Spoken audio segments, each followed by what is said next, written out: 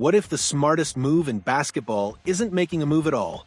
While the league's power brokers frantically mortgage their futures, swapping first-rounders like poker chips in a high-stakes game, the Chicago Bulls have been doing something radical: nothing. They've sat back, watched the chaos, and quietly accumulated what might be the NBA's most underrated treasure chest. But here's the million-dollar question that should have every basketball executive losing sleep. When the Bulls finally decide to cash in their chips, will anyone be able to compete with their offer? There's something deliciously ironic about Chicago's position right now. In an era defined by impatience, where franchises sacrifice tomorrow for a fleeting chance at today, the Bulls have become the league's most patient poker player. They're not rebuilding. They're not tanking. They're not desperately chasing the next shiny object. Instead, they're sitting on a mountain of draft capital that stretches into the early 2030s, watching other teams paint themselves into corners while maintaining complete control over their destiny. This isn't your grandfather's Bulls franchise. This is something different, something calculated, and potentially something brilliant. Let's establish the fundamental truth that governs modern NBA economics. This league runs on two currencies: elite talent and future draft picks. Most organizations treat these assets like opposite ends of a seesaw. Want the star? Dump the picks. Want to rebuild? Collect picks and shed salary. It's binary thinking that's dominated front offices for decades. But Chicago, they've discovered a third way. While franchises across the league have been packaging first-rounders like they're going out of style, desperately trying to accelerate timelines or escape mediocrity, the Bulls have preserved their draft capital with almost religious devotion. They've made trades, sure. They've moved players around their roster, but they've done it without hemorrhaging the one asset that provides maximum flexibility: unencumbered first-round selections. The result?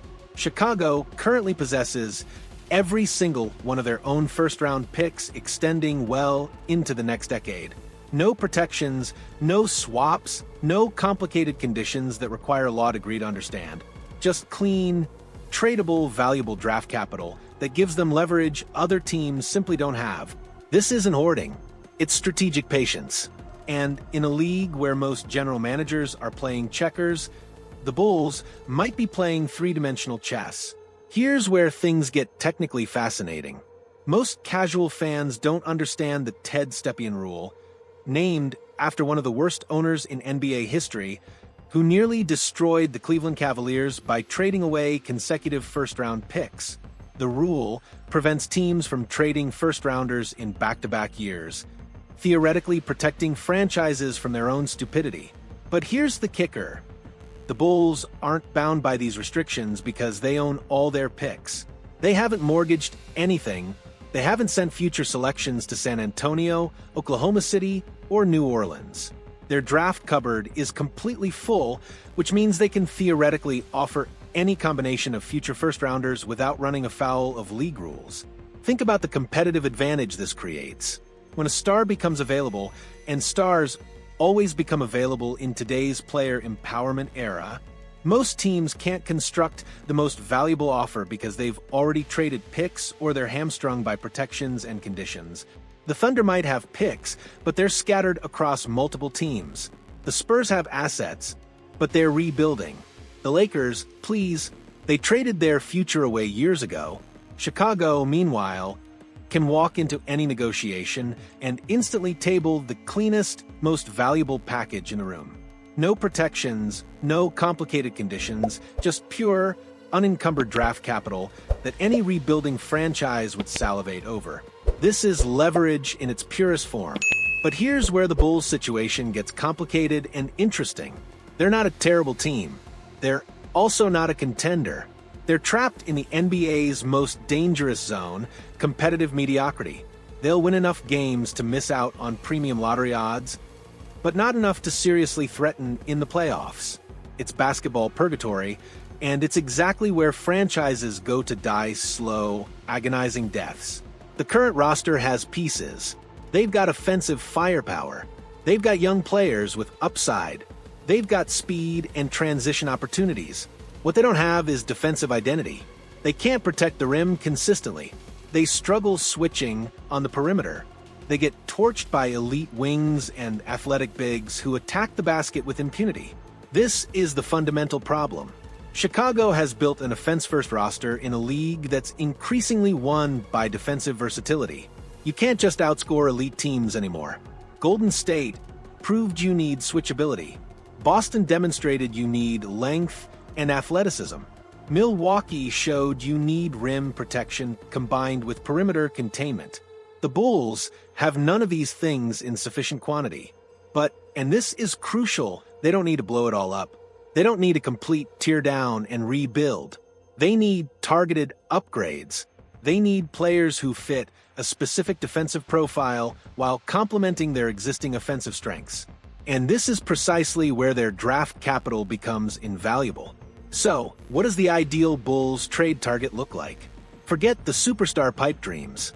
Chicago doesn't need to swing for Giannis or chase after the next disgruntled All-NBA player. They need something more specific, more attainable, and potentially more valuable. Young, defensive-minded players who are undervalued on their current teams. Picture this archetype. 22 to 28 years old, elite defensive instincts, switchable across multiple positions, capable of hitting open threes, and hungry for a bigger role. These players exist across the league, buried on depth charts, underutilized in bad systems, or stuck behind established stars.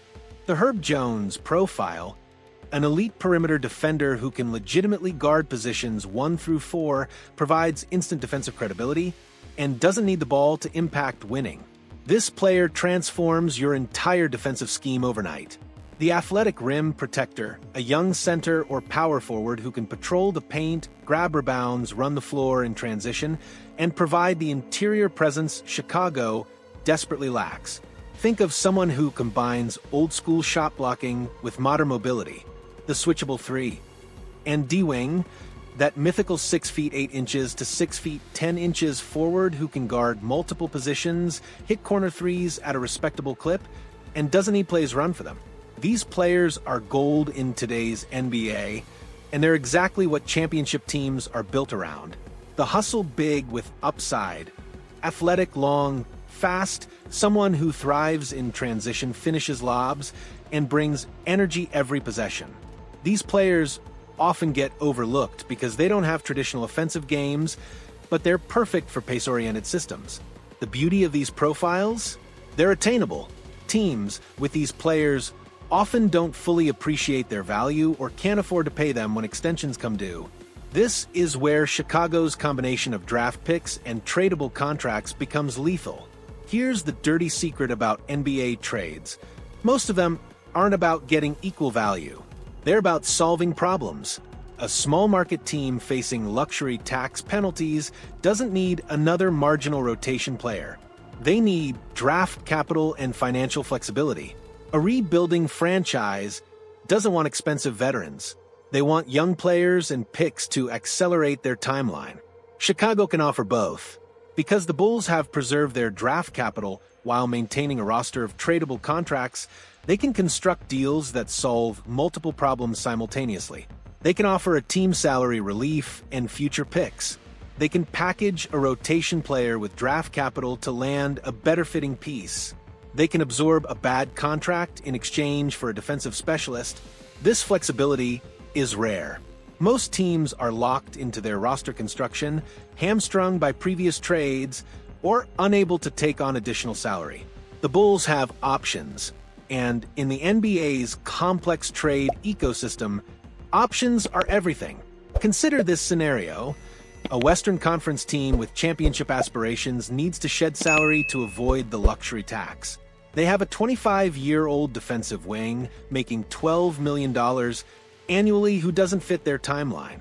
Chicago calls and offers a future first-round pick plus a veteran on an expiring contract. The other team gets financial relief and a draft asset. The Bulls get their defensive identity piece without mortgaging their future. That's the kind of deal that happens every season, and Chicago is perfectly positioned to be on the winning side. But here's the uncomfortable truth that Bulls management needs to confront. There's a fine line between patience and paralysis. Draft picks are valuable, Yes, but they're only valuable if you eventually use them. Sitting on assets while your roster treads water doesn't build championship contention, it builds frustration, wastes prime years of your existing players, and eventually leads to the very mediocrity you're trying to avoid. The NBA is littered with franchises that got too cute with their draft capital. Teams that waited for the perfect deal that never materialized, organizations that convinced themselves one more year of development would solve everything, only to watch their window slam shut. Chicago can't fall into this trap. They've done the hard part, accumulating assets while maintaining roster flexibility. Now comes the harder part, pulling the trigger at the right moment. Not too early, sacrificing value for impatience. Not too late, missing the window entirely. But at precisely the right time, when the perfect trade target emerges and the price is right. That moment might be this season. It might be next summer. But it's coming, and the Bulls need to be ready to act decisively. Let's paint the picture of what success looks like. Chicago makes 2 or 3 strategic trades over the next 18 months. They package future first-rounders and rotation players to acquire young, defensive-minded pieces who fit their timeline. They don't sacrifice their offensive identity. They enhance it by adding the defensive versatility that makes their speed and scoring actually sustainable. Suddenly, you have a roster that can switch defensively, protect the rim, and still push pace in transition. You have wings who can guard elite scorers while hitting open threes. You have bigs who can patrol the paint and finish lobs. You've maintained your offensive firepower while adding the defensive backbone that separates playoff teams from championship contenders. And here's the beautiful part. You've done it without mortgaging your entire future. You've used draft capital strategically, not desperately. You've improved your roster without creating a new set of problems. You've built something sustainable. This is how smart organizations operate in the modern NBA, not through blockbuster trades that make headlines, but ultimately fail. Not through desperate win-now moves that sacrifice tomorrow for a marginal improvement today, but through calculated, strategic acquisitions that address specific weaknesses while maintaining long-term flexibility. So here we are. The Chicago Bulls sit at a crossroads with more options than almost any franchise in basketball. They have draft capital. They have tradable contracts. They have a young core with upside. They have offensive firepower. What they need now is the courage to act, to convert potential into reality, assets into impact players, and patience into championship contention.